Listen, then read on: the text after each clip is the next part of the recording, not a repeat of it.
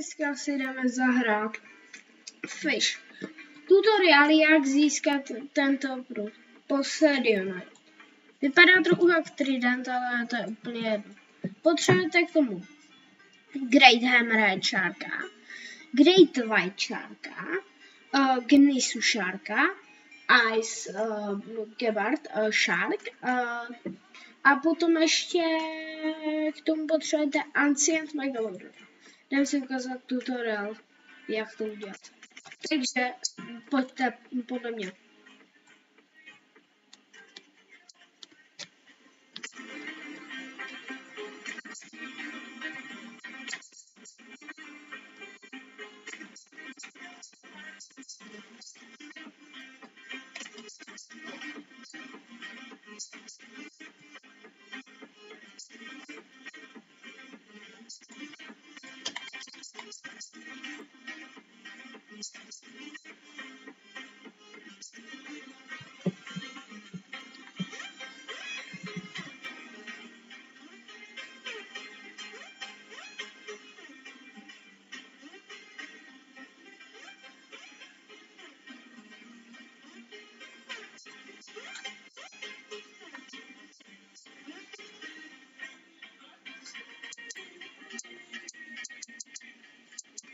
Jsme tady.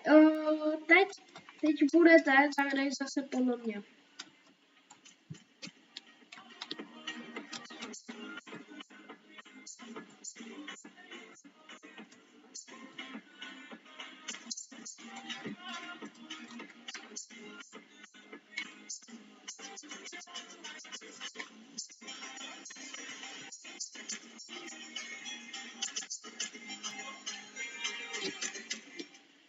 Jsme tady.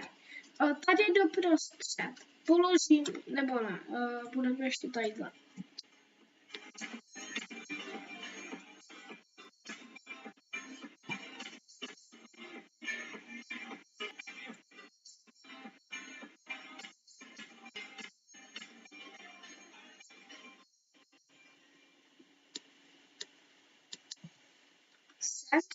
Teď položíme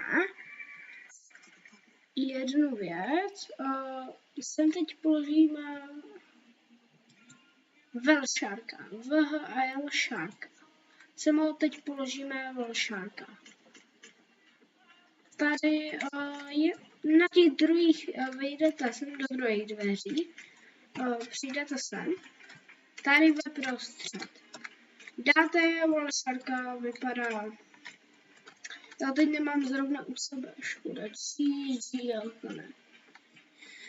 GG. Potom půjdeme sem. Tadyhle položíme Ice Gebard Sharka.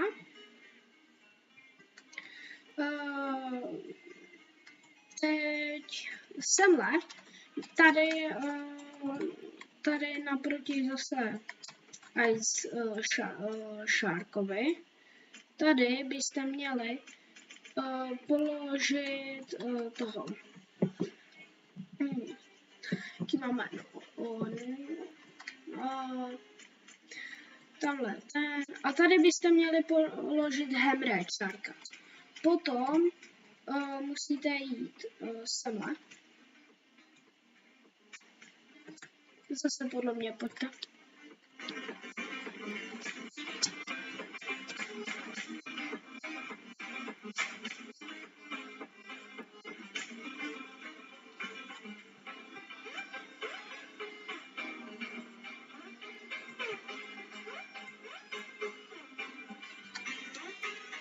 Jsme teď tady. Tady položíte Megalodona. Tady položíte Gnisu Sharka. Gnisu ten jde ulovit v Ancient Isle. Teď budeme tadyhle k tomu. Tady položíme Great White Sharka. Potom se vám to otevře. Pojďte za mnou zase. A tadyhle se vám to otevře.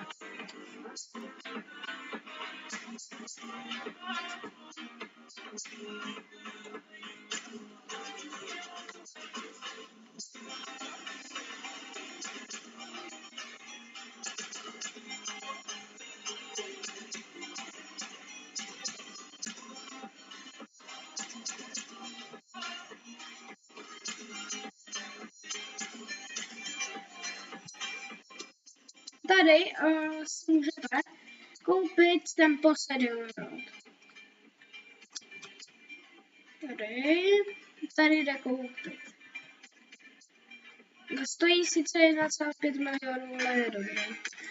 A jestli tadyhle je taky jeden totem. Jmenuje se Poseidon Ward Totem. Ten je na vás, jestli si ho koupíte. Takže pro tenhle tutoriál by to bylo vše, dejte like, odběrať.